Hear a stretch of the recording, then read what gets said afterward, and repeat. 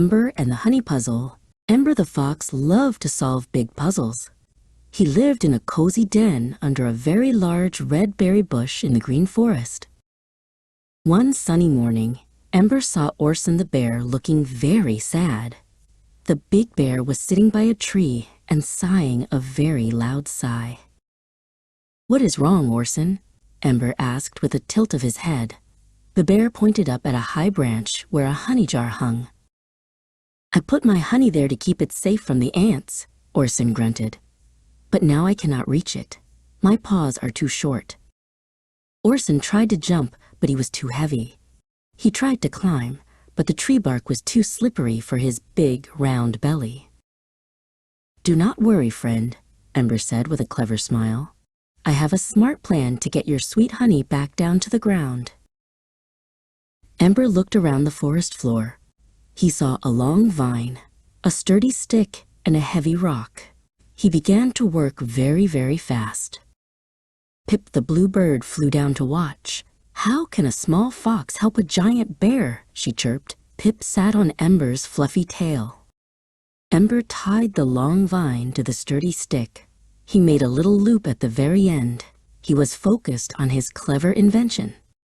"I need you to fly the vine up to the honey jar, Pip," Ember said.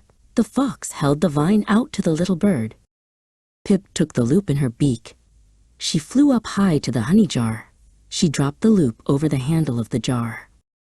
"Now what?" Orson asked, watching the vine. Ember tied the other end of the vine to the heavy rock. He placed it on a log. Ember showed Orson how to push the rock off the log. "When the rock falls, the honey will come down," the clever fox explained slowly. Orson gave the rock a big push with his paw. The rock fell down, pulling the vine tight. The honey jar began to move down.